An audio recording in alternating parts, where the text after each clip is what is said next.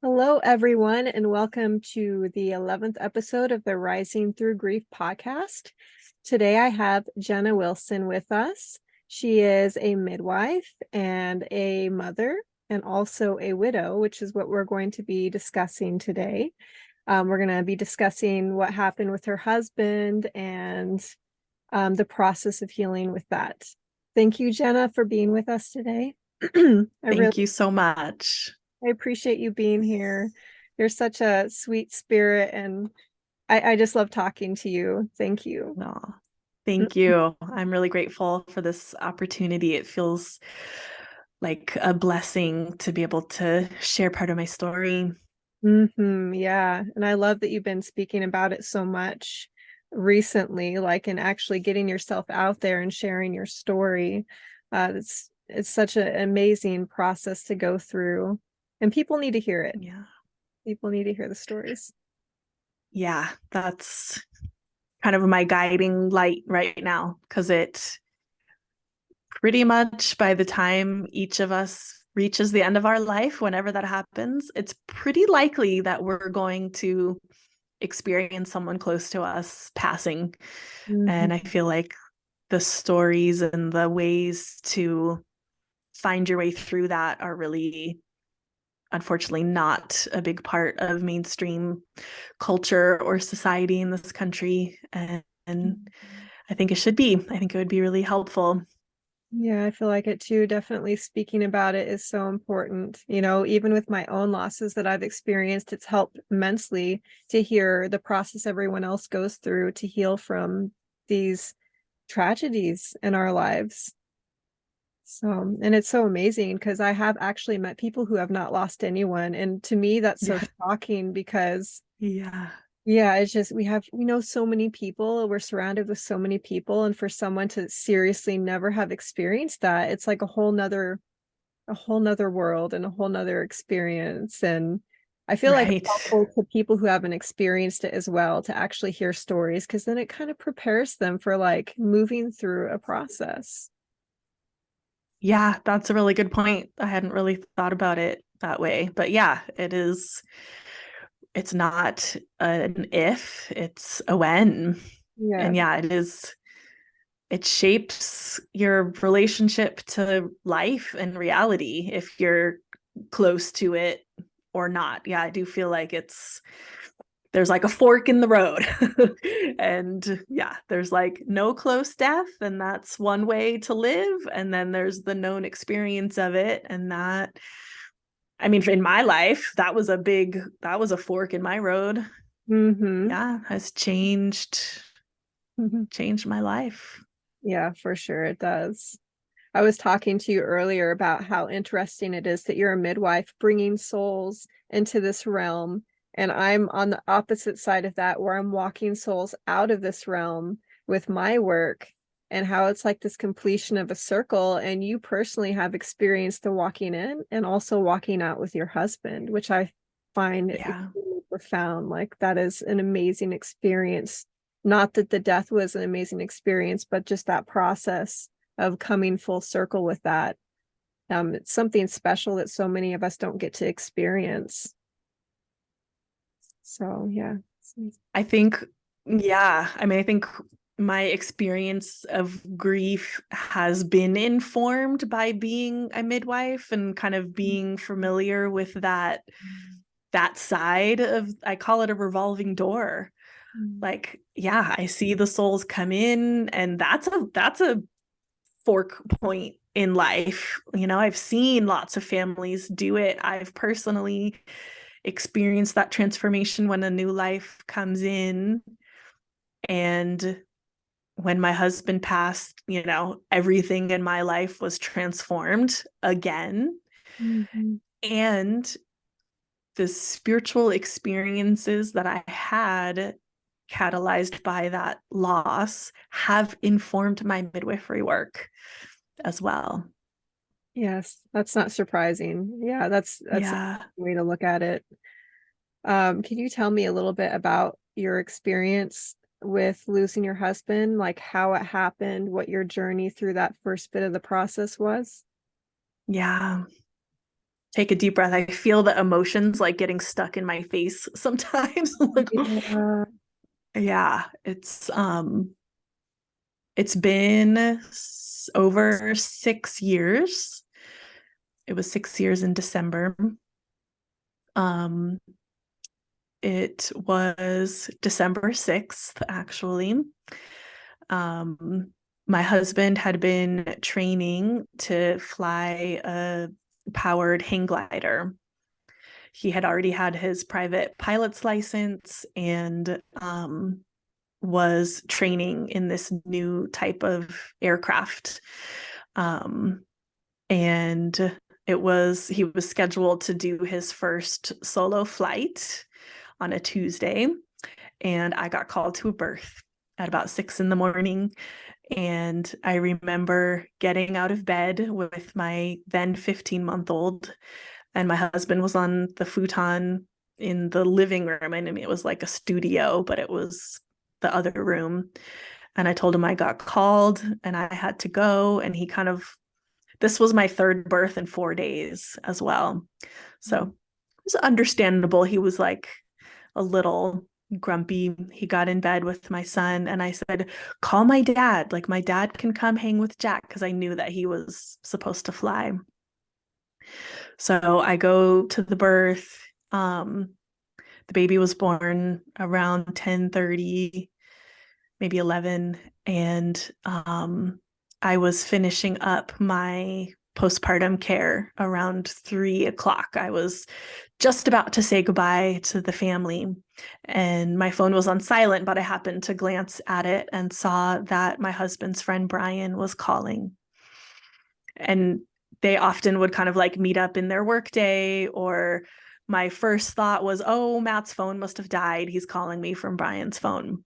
So I answer it like as I'm leaving the birth room. We were at a birth center. And so I'm walking out into the lobby and I say, hey, Brian, what's up? And I could hear in his voice that something was wrong. He was like, where are you? What are you doing? I'm at the birth center. I'm about to leave.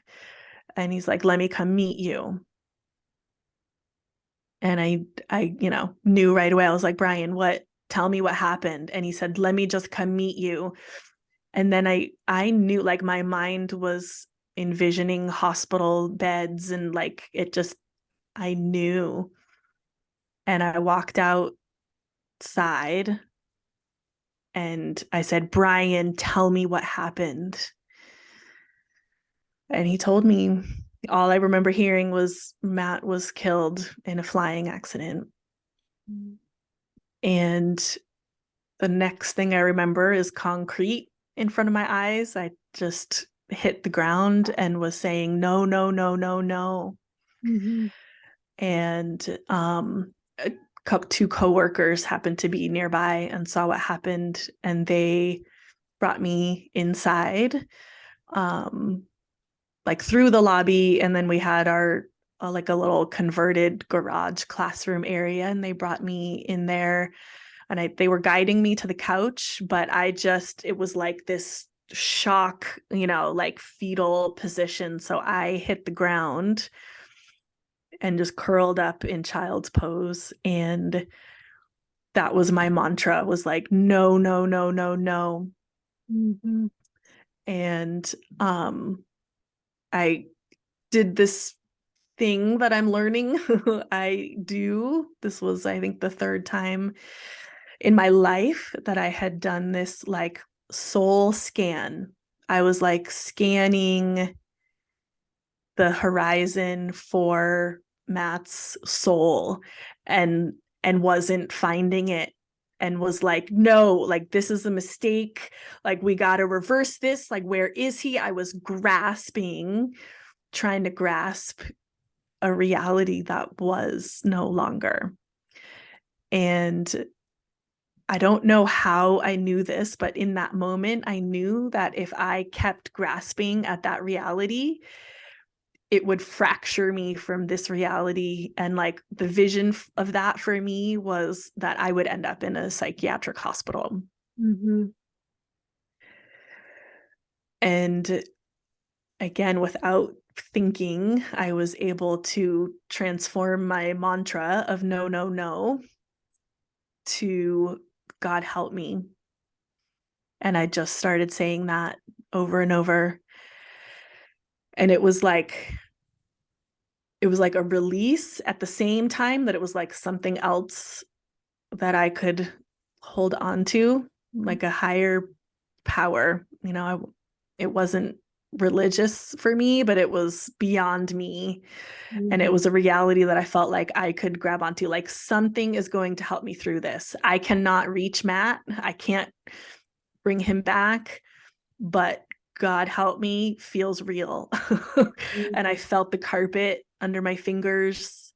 And I remember like what the design and the colors looked like under my face. Um, and that was a really important moment for me. And like, events then kind of moved things forward. Um, but that was me receiving the news. Yeah. Yeah, that had to be so incredibly hard to receive that news in that way. Sudden deaths are something that are just unexplainable, like on both sides. We were talking earlier about the soul side of that, how sudden deaths can actually keep souls here. And then the Yeah. sudden deaths for us and the way that we hear that news. I remember you were saying earlier that when you hear the phone ring, you kind of have that tension around it because of what a phone call reminds you of in the past. I think those are a lot of traumas that we don't necessarily realize get embedded within us. And you seem to have like a really, really well, you recognize these things within yourself, which I love that awareness within you. It's amazing and it really helps with healing too, I feel. Yeah. Yeah. Yeah. I think it has helped. Ironically, being a midwife, I went back on call a few months after my husband died. I did get 4 months off, which was really helpful.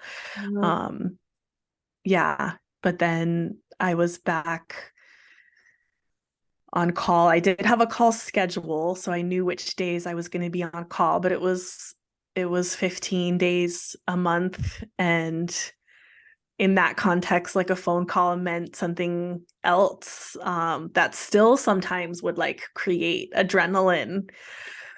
So it's not surprising that 5 years after my husband passing, I was burnt out and needed a break. I'm still kind of like figuring out how to heal my nervous system from trauma and from burnout. Yeah.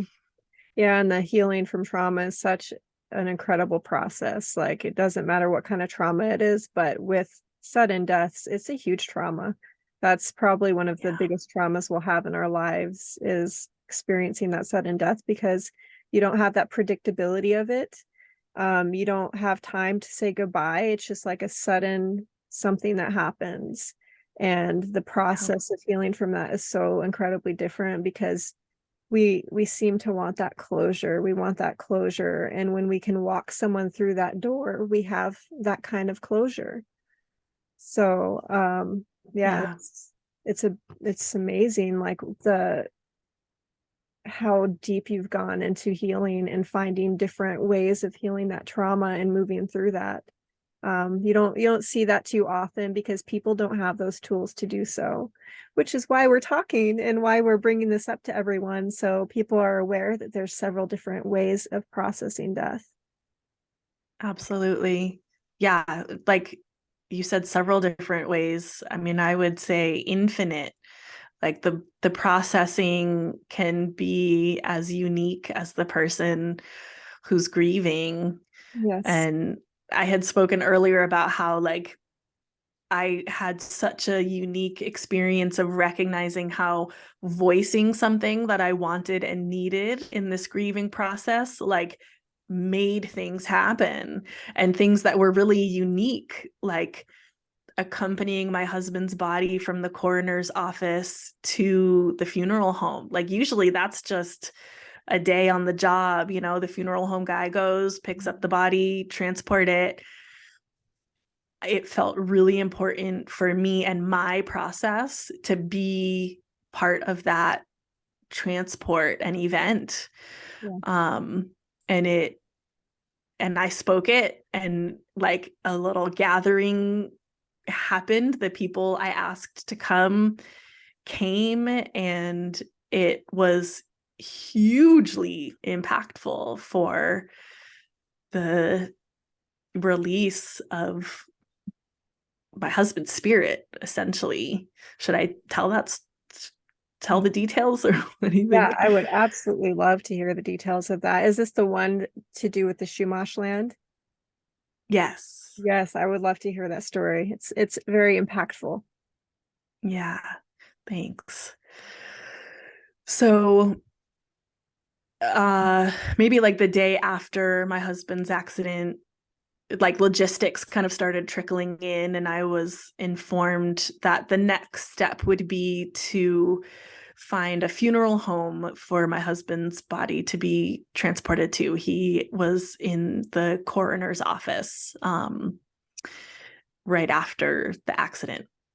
And my father-in-law, an ex-Navy pilot and retired financial advisor, very practical, logistical guy, was the perfect guy to help me with that. And so he and our pastor friend, I think, kind of coordinated which funeral home to use and which day it would happen. And then that's when I had the opportunity to speak up about my desire to be there, because my husband and I were together for 3 years, which still in my 41 years of life has been my longest relationship. But compared to other relationships other people have, it's on the shorter side. But he was my husband, you know, like when you make a baby and have that bond with someone, that physical connection was like home to me. And I needed to I needed to know where he was, basically.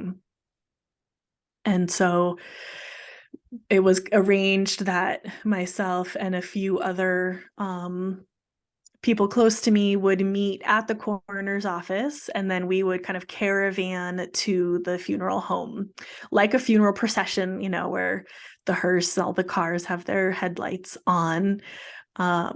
Usually that's like to the burial grounds, but we were doing it a little differently. So we met at the coroner's office. I remember kind of like seeing across the driveway where the vehicle was. And I kind of like was like, okay, there he is. And then there was kind of a miscommunication about the procession, and the hearse vehicle left before the rest of us were ready. Like it wasn't happening in the procession like I had planned. So there was like this scurry to get in the cars, and the office guy was calling the funeral home, was calling the driver, and was calling my midwife partner that I was in the car with. And we're like zooming down the highway to try to catch up to the car. And finally, we were instructed, like, okay, they're going to meet us at the corner of Mission and Chapala. And actually, I didn't mention it before, but I knew even before we got there, I was like, Mission ice cream. Well played, Matt. So the moment that I knew exactly where his body was, as my friend who was driving pulled up behind the funeral home vehicle, it was feet from an ice cream shop, where Matt and I had a really sweet ice cream date when I was pregnant. And Matt was an alcoholic in recovery, and his like sober addiction was ice cream. He ate it pretty much every day. So that in itself was like, okay, that felt like a connection. And so my midwife friend pulls up behind the vehicle, and my body just like, I grabbed the dashboard and I was sobbing, and I'm trained in Reiki, and I felt like energy coming through my hands. Mm. And what I was doing without even realizing it was like helping Matt release from his body, because I knew he was there. And I had heard at some point years back that when a soul, when a life ends really suddenly, and it's like it's a traumatic loss for us, it can also be that for the one leaving, and that they can get stuck.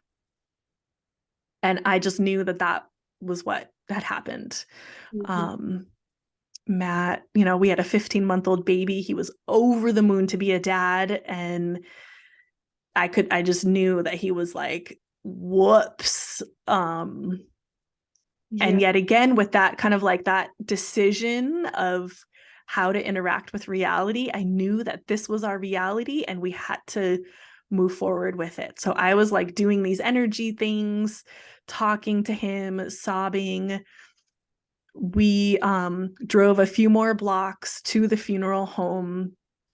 The vehicle went behind the building. We knew that we weren't going to be going into the building then. There was another funeral going on, actually. But I knew like where he was being taken. And then we were on the other side of the building in a parking lot. And my little kind of posse, we gathered in the parking lot. And it was probably about 5 p.m. in early December. So the sky was all orange. It was sunset time, but it was Southern California. So we were able to like stand in the parking lot for a little while.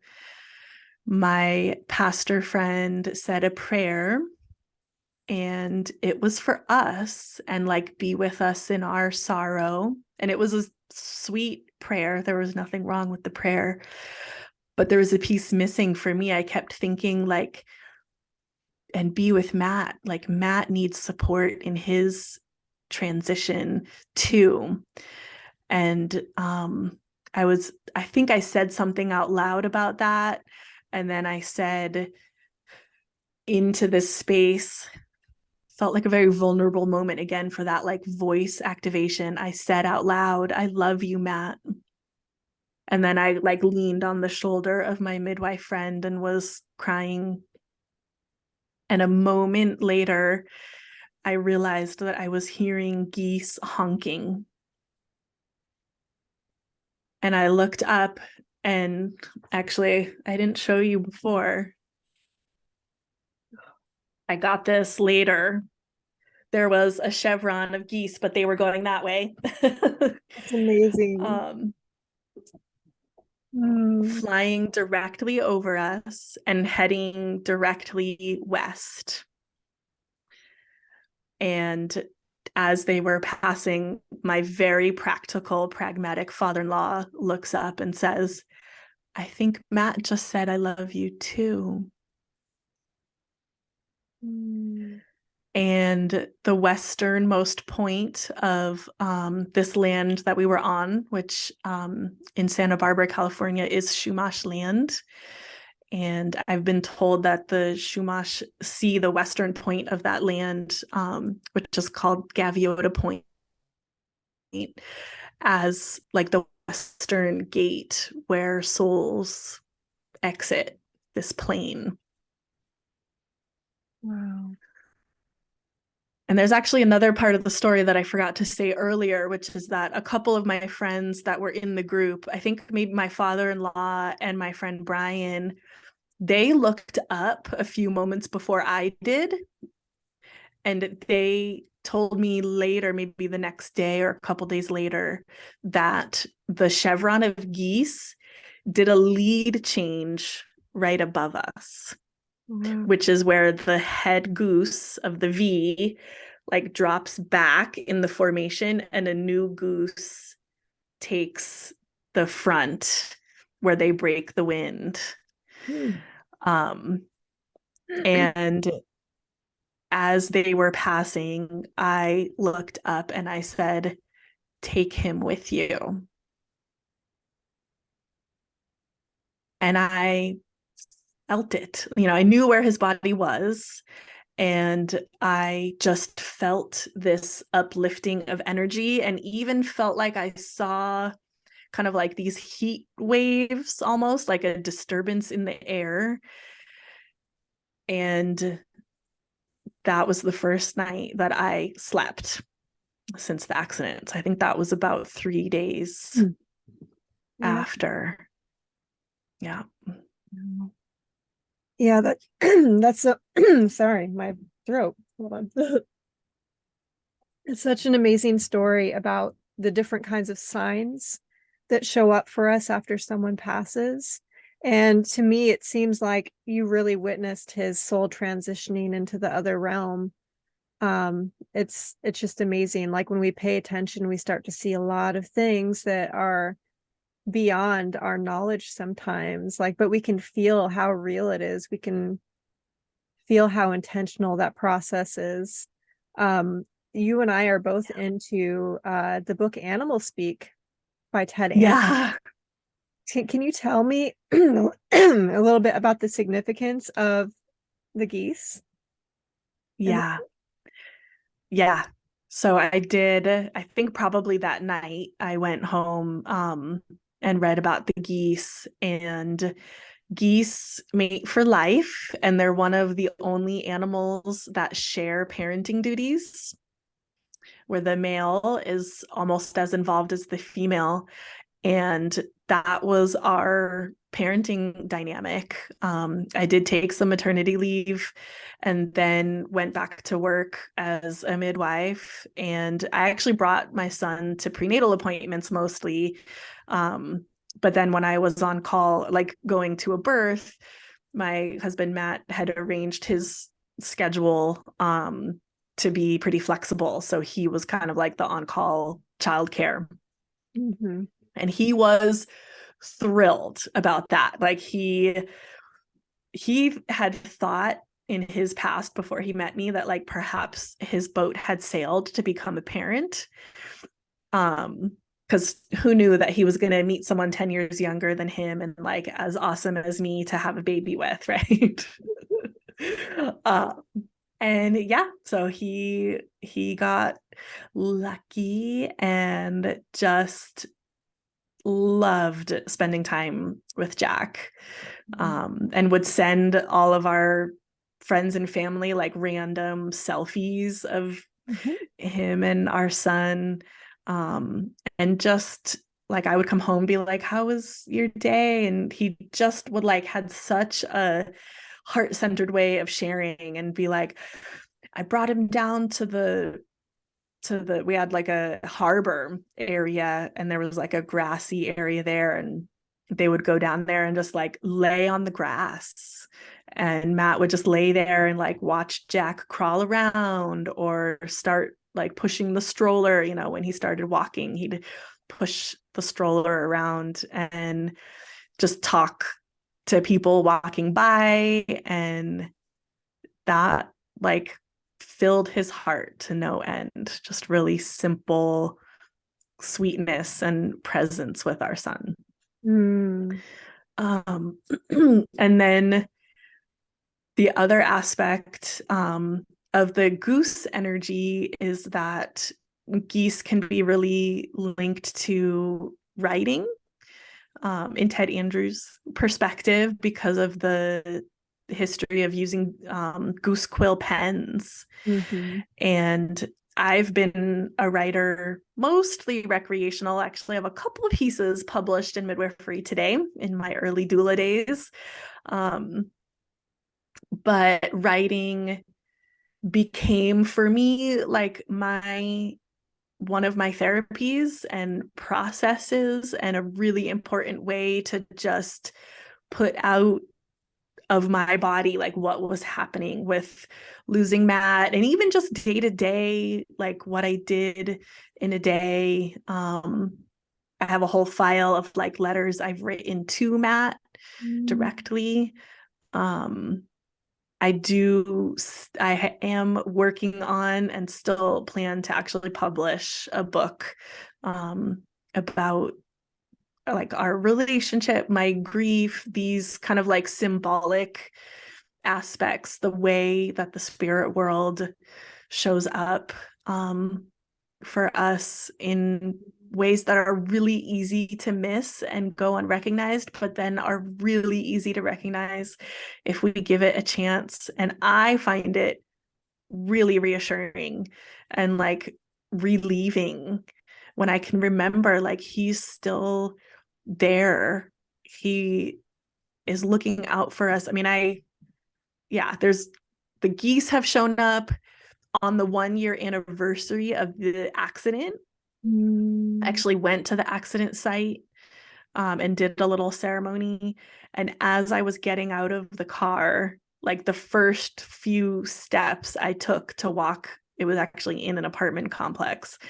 I was on the sidewalk leaving the vehicle, and a huge flock of geese came flying over, like lower than usual. Like they were maybe 20 feet off the ground. And it's just like, the timing of that. And actually, I had planned that like to be right about the timing of the accident. So, like 1 year later, almost to the minute of the accident, this flock of geese flies by. Like, some might call it coincidence. Oh no. Yeah, I think it's more than that. It's for sure more than that. I mean, I experience Canada geese. It's Canada geese, right? Yeah, yeah, Experienced them here too, but it's not that coincidental to come across a flock of geese for sure. Yeah, that's yeah, definitely a sign from him. I mean, we have twice, the formation of geese showing up for you, the spiritual meaning behind geese and what they're all about. And then we have the ice cream yeah, situation. I mean, those are total signs. Yeah. Coincidence. yeah, No way. There's no way. yeah, It's so yeah, amazing. I love to hear yeah, these stories about that. And I absolutely love that tattoo. That's amazing. That's an amazing way to actually honor someone. yeah, Yeah, it's beautiful. yeah. Thanks. And I'm left-handed, so when I do write by hand, it's with my left hand, and it just, yeah, I see it. I kind of catch the glimpse of it when I'm doing things. And there's actually a few fun birth photos because I'm a midwife, and so sometimes my hands are, in a photo with a baby, and he's right there with me. That's so beautiful. Yeah. I would love to talk about soul contracts and all of that with you too. Um, we were discussing that. Your husband had his best friend pass like a year and a half before, correct? Yes. Yeah. Yep. So this man, Blue, which was his birth name, um, that I met as I was, getting to know my husband, and they had been friends since second grade and really close, actually so close that there were a couple moments in like the first 6 months of our relationship that I was like, it's going to be interesting to share Matt with Blue. This is going to be a thing. Yes. Yeah. And then it was, yeah, I'm still, yeah, kind of unclear on the timeline, but I guess it was about a year and a half before he died. That, yeah, that Blue died suddenly. Mhm. Um, and the reason is somewhat um controversial, I guess, or there's some question there about the cause of death, but we were very close there. Like a mutual friend of Blue and Matt's called Matt like as it was happening. Um, we were on our way to Blue's house um, when I did that soul scan thing that I talked about when I first heard the news of Matt. Mm-hmm. And realized like I wasn't feeling blue. And Matt was driving and right then said, I don't have a good feeling about this. And then it was a few seconds later that mutual friend called Matt and said he's been pronounced dead. Mm-hmm. Um, and so, it was probably like a year into our relationship, like my relationship with Matt. I'm watching him grieve this loss of his really close friend. Mm-hmm. Um, and yeah, there's that soul contract piece of like, I almost feel like Blue took himself out of the way, which really I feel like opened the door for Matt and I to get a lot closer. And we did conceive a baby and then get married and give birth to my son. I think about a year later after Blue had died. Um, and then a year and a half after Blue died is when Matt had his accident. And so I've had these moments of like remembering that timeline and just kind of like feeling a little nod to Blue of like, thanks for giving me the time I had with him. And also I learned later on a little bit more about like kind of some research and anecdotal experiences about what that crossing over experience can be, and that there's often a welcoming party. And Mm-hmm. I was just like, Blue was the head of that welcoming party. He was a bit of a partier, and I can just see like he was just right there. He's like, I got you, bro. Yeah. When Matt was crossing over. Mm-hmm. Yeah. And I was telling you about my experience with my grandpa having his sister there on the other side when he was close to his transition. And I feel like that's something a lot of people don't realize is we're over here on this side almost walking people out while they have someone on the other side bringing them into the other side into another dimension of space that we're not a part of. um I just think that's such an amazing thing. Like that, I think I mentioned a while back, there's a picture that circulates around the internet every now and then, and it's someone that is on their deathbed. And on one side, they have the grieving people that are here in this realm. And then they have people who have already crossed over on the other side. They're happy. They're just like, we're so happy to have you back, that kind of welcoming party. So Yeah. it's such an interesting balance. You have the sadness and grief over here and the happiness to have that person back, which is what we go through when we cross over too. It's like we're so happy to see all these people again that have left our own lives in this realm.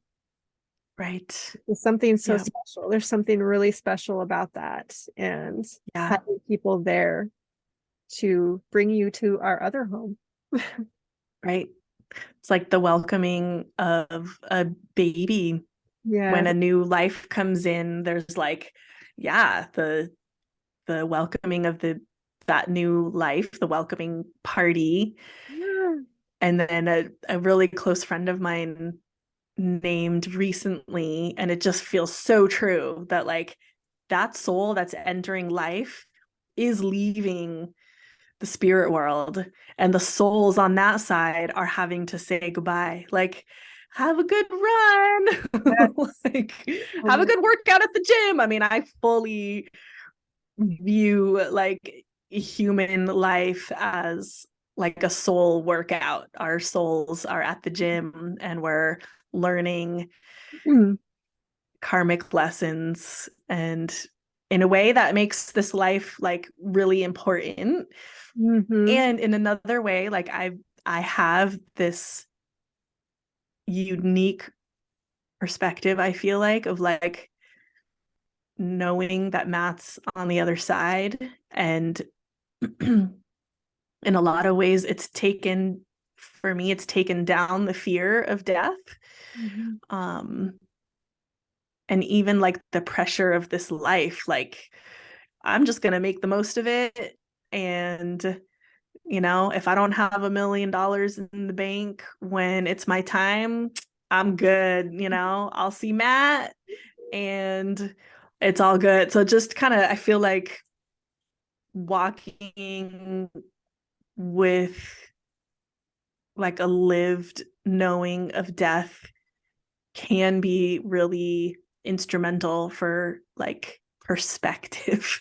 And just I'm really looking forward to bringing that into my childbirth education actually, as I'm kind of revamping my career here in North Carolina and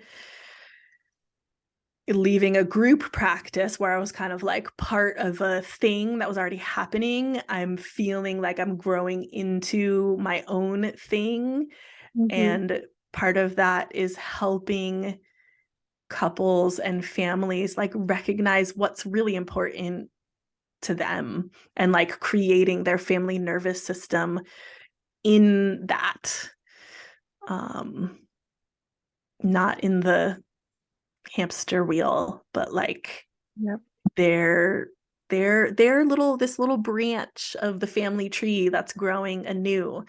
Like how do they want to cultivate that? Like what little fertilizer do they want to give it and how much water and stuff like that. I'm getting down the Yeah. metaphor path, but it's fun. Yeah. No, for real. Like it matters how we walk through life, especially with family, to prevent further generational trauma and being very intentional about how we Exactly. with our children. Yeah, it's such an important Exactly. aspect. I mean, it adds to our karmic journey too. Like, it's gonna develop us further on this journey. I mean, this is all it is. Like you said, we're leaving the spirit realm and people are mourning us there because we're leaving and coming back into this physical form. Then we're welcomed with open arms, so much happiness. There's all that in between, like how we're raised, what the experiences we have, um, the level of like the enriching life that we have or not. Yeah, it's so important. Yeah. You're here to experience all of this stuff and to learn lessons. Like I mean, Yeah. everyone has different beliefs, but that's what I believe. Yeah. Yeah. It's all development. Every single time we come back. Right. Development. Yeah, so that's beautiful. I like that. Agreed. Yeah. Which brings me back to the soul contract aspect. Like many people don't know what a soul Yes. contract is. And what a soul contract is it's believed that before we come here in this physical form, we make agreements with our soul family about what we're going to do, when we're going to leave, what this life is going to look like. And the thing that some of us don't realize, and I was talking to you about my friend who had her parents die within a few weeks of each other. I was talking to her about their soul contract and how it's possible that before they came here, they were like, we're going to leave together, just like we came in together, and I don't know actually how close they are in age, but we plan on meeting these people in this life and doing this journey with them or coming in together as partners. All of this stuff Yeah. it's decided like in some, not every single, obviously not all of us believe the same, but my deep dive into soul contracts and everything shows that this is just what we do. This is how we move. We already know what's laid out before us. We just don't know the exact details of every single thing we're going to experience. So, and you had explored that with Matt, and you've seen that aspect of that Yeah. where he may have agreed to leave at a certain time. And unfortunately, there's like, if we have those soul contracts, there's stuff that is out of our control. If we Absolutely. leave, we can't do anything about it. So what is your experience with that? Yeah. Yeah, I had known about that a bit, and what really brought it home for me was a spiritual teacher that I've done sessions with and then since have done a training with this woman, Alea Dow. She has just a really amazing ability to like connect to higher realms, has a really unique view of yeah, kind of how we manifest in this, like as spiritual beings having a human experience. And I had worked with her for quite a few years, just kind of intermittent sessions before meeting Matt. And so I reached out to her quite soon after the accident. And it was probably almost a month after the accident that I had my first session with her. And she offered this perspective of us having a soul contract, and like both of our souls were oriented towards service, is how she put it. So like service to humanity. Um, and that this crossing over for him was a way for us to continue our relationship across the veils, and that every time I think of him and miss him, it thins the veils, and vice versa. When he's on the other side and like thinking of me, there's this interaction happening across. So the veil being like the imagined, like less than a finger width, hair width separation between us and the spirit world. And some Mhm. people are able to really easily cross that veil, I think. And like, that's what my teacher, Alea, does. She hears messages from the guides and would tell me certain things that Matt says. Mediums, they can channel these spirits. I've had some fun experiences with things like that. Mhm. Um, but Alea's point about this relationship across the veils is that it benefits humanity to interact with the spirit world. Um, and I'm going to like put myself out on a limb here and share words of hers, but that like, if we could imagine a world where we're like practically walking down the street with angels and like helper spirits Mhm. like other humans, like I feel so much energy in my body when I share that, and just think of like, I mean, it's like a utopia type imagining.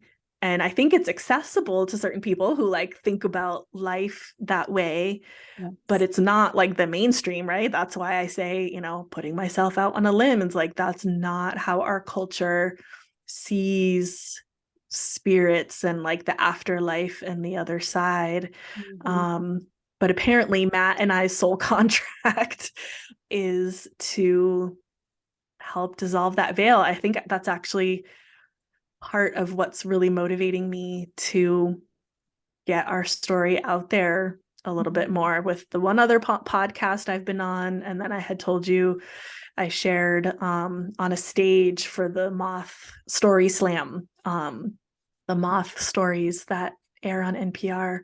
Mm. So I'm in that soul contract. And then she also said, you don't necessarily have to like use your personal life for service. Like there are other ways to be of service that don't have to involve personal trauma. Wow. So I'm banking that one for next lifetime. Like, let's all sign up for more of that Yes, type of service. for sure. Wow. I can't say that I've really thought about that um, with the thinning of the veil thing, like in maintaining that connection with someone on the other side like that. That's pretty potent and powerful.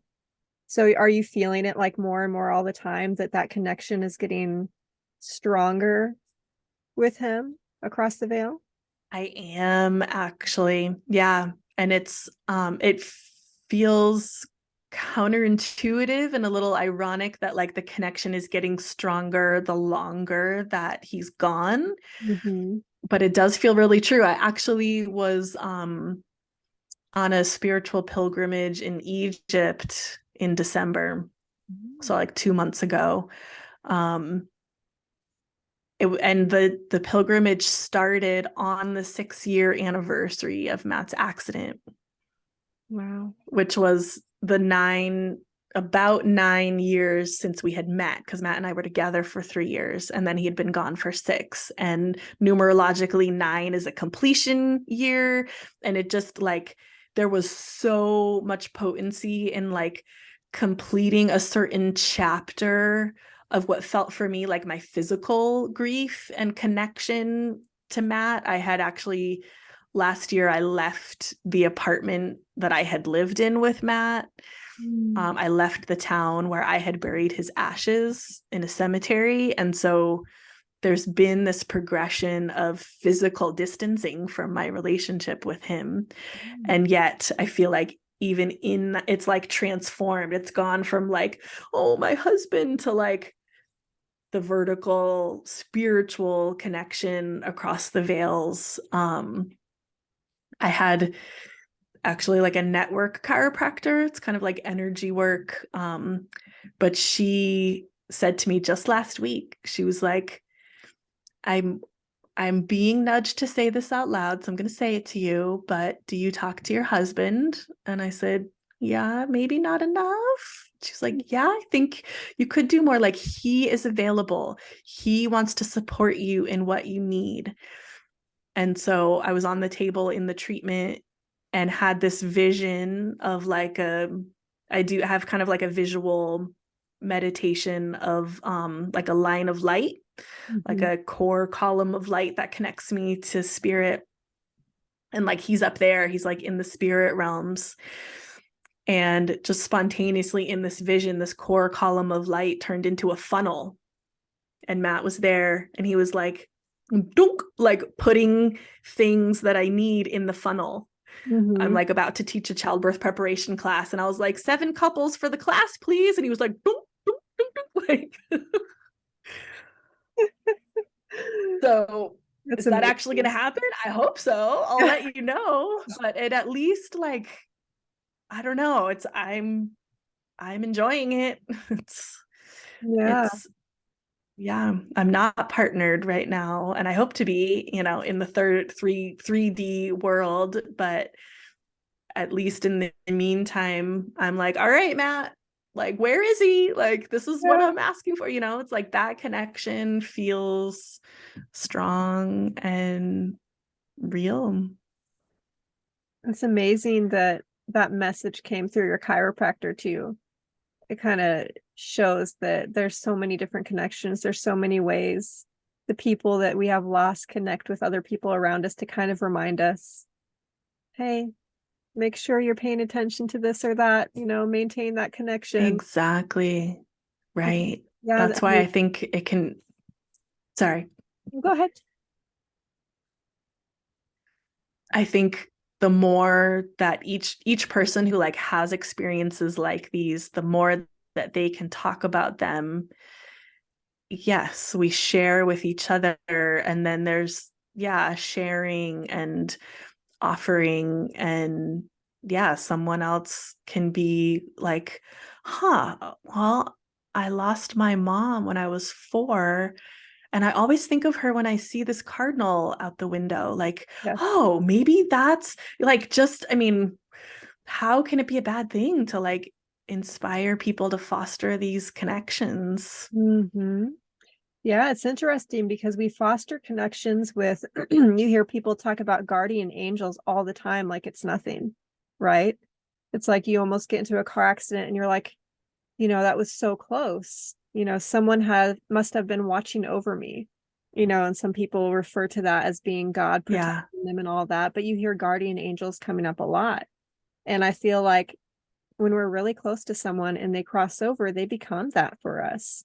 They become that protector, trying Yeah. to make sure that they keep us safe. That way we can complete what we're supposed to be doing while we're here, and that could be also another aspect of what Matt's doing is you guys have that soul contract and he's like, Jenna needs to do this in this life. I need to make sure that she's doing this and moving in that direction. There's so many Yeah. ways, so many reasons why we should keep those connections alive too, because I have a lot of friends that have passed over the years, and I feel like they have stepped in and done that for me as far as being my guardian angel of sorts, someone who keeps me accountable, because things happened after these people died that made me realize that they were there protecting me. It's just so strange, to maybe hard to explain, but things started happening differently, and I felt differently protected in an Mm. even more potent way after they passed. So, and just knowing that that was them, like I've almost been in really near car accidents, and I've just been like, I know that that was my friend James that was just protecting me. It's just that feeling, that intuition, the knowing, like what you've experienced, like you've had a knowing, when something is met, you know. Yeah. And I think people need to really follow that knowing too. Like if you're feeling there's a certain sign after someone dies, that's most likely them. If you're feeling that that's connected to them, trusting Absolutely. intuition is important. Yeah. Yeah. Yeah. Gosh, this is amazing. I feel like we're bringing up a lot of really amazing points here, for people to focus on if they lost someone. Things we don't think about. Did you have these connections before he passed? Like, did you have that connection to the spirit world and that kind of knowledge about it before? A little bit. I think really like the first kind of soul connection I had was in 2012. My dad was in the ICU actually, and he was on a ventilator, and I was preparing to fly from California to New Hampshire to be with him. And it was like last second. I booked a flight on Miles and like packed up and had just, I don't know, like 2 hours before I needed to go to the airport to fly out. And I knew I wasn't going to be able to sleep. It was the middle of the night. So I took a bath instead. And I was like raised by kind of hippies. I had crystals. So I had like crystals in the bath with me. And I just remember like I was just kind of like vaulted into this spiritual space where I was talking with my dad all of a sudden. I was just like, hey, like if you need to go, that's okay. But if you want to live, like you got to be in your body. Like this is how it works in the 3D dimension. Yeah. And the information I received from him was like he had a house in foreclosure that was falling down, and he had a warehouse full of 100,000 books because he was trying to sell books on Amazon. And he Mm. was saying to me like it's too much, like it's such a burden, this stuff. And I said back to him like that stuff is not you. Like you can drop all that and just like all you need is your body. Mm-hmm. And then that kind of like ended things. And I went to the hospital and he did get better. Um, and so that was in 2012. And it ended up, to make a long story short, in 2016, he liquidated everything, um, put put all the belongings that he kept in his little Mazda hatchback and drove to California to live on the same property as me and Matt and my then 9-month-old baby. Mm. And then it was 6 months later that Matt died. Wow. So that was an interesting, like kind of I think my first really poignant kind of soul experience. I feel like my intuition's been really strong as a midwife, Mm-hmm. but even more so after Matt passed. Like I started receiving information about like when a baby was going to be born, or if it was going to be a boy or a girl, Mm. or if it was going to be a long labor or not. And then I started doing this training with Alea Dow, like kind of with that kind of soul work. and started applying that to births. This was shortly before I left my practice in California. And I feel like I started observing correlations between kind of like receiving information, sending information spiritually, and then having the birth progress. Like one example is that there was a first time mom kind of stuck at 9 centimeters for quite a while. And I was just kind of tuning in and like, okay, what's going on here? Received information. She was afraid of pooping on the bed. Yeah. Send information like it's okay, it's normal, like take up as much space as you need, whatever kind of was coming up. Yeah. And then this was actually a birth I wasn't even at, but I was like checking our electronic notes that we shared in the practice because I was still one of her midwives. I just wasn't on call that day. And then I checked the notes half an hour later and she was pushing progressively and like the baby was born a short while later. Wow. So again, coincidence, but it's like the geese flying by at that very moment I stepped out of the car. It's like I think that there's connections here that aren't 3D, can't be tested by science, but feel pretty real. Yes, I agree. No, it sounds like you're super connected. That's what I'm sensing. You're just super connected, and yeah, there's something to be said for tapping into that intuitive part of ourselves, that connection to source, so to speak. Yeah, that's what I feel it is. Yeah. It's interesting how a lot of people do say it's just a coincidence, but no, when you mentioned that whole thing about knowing, about the sex of a child and stuff like that, like that's something I've tapped into myself, because with both my kids, I never got checked to see if I was having a boy or a girl. I just knew intuitively for sure that it was definitely going to be what it was. So yeah, there's That's awesome. that intuitive knowing. It's so amazing. It all, Yeah. I feel like, ties together, all of this. Absolutely. Right. It's again that revolving door. Like I actually have a dream of doing a research project and like actually polling moms on their intuition, and like the sex of the baby is a really quantifiable thing, they're either right or not. And I haven't seen any research like that yet. Maybe it's out there already, but I would love to know like what the statistics are of like, oh yeah, I thought it was a girl and sure Yeah. enough it is. Like I had that experience with my son Yeah, too. that's amazing. Oh my goodness. Yeah, I so love our conversation today. Like that it's just opening so many doors. Yeah, wow. What are there any other healing tools that you can think of that you've um come across that have really helped you through this process of grief? I know that you went to a conference. Was it an afterlife conference? Was that what it is? Yeah, there's two actually that come to mind. I'm really glad that you asked that because one was an afterlife conference. Oh, okay. Sorry. My kid, my kids are here too. um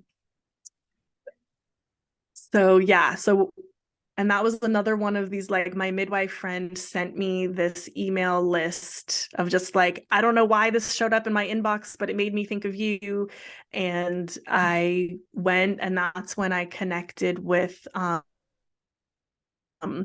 William Peters and the Shared Crossings project that he runs, which is actually like researching and kind of scientifically documenting extraordinary experiences that caregivers and loved ones have around the time of someone's death. So he's documenting these experiences. So if ever there could be, scientific evidence of the other side, I think he's at the cusp of it.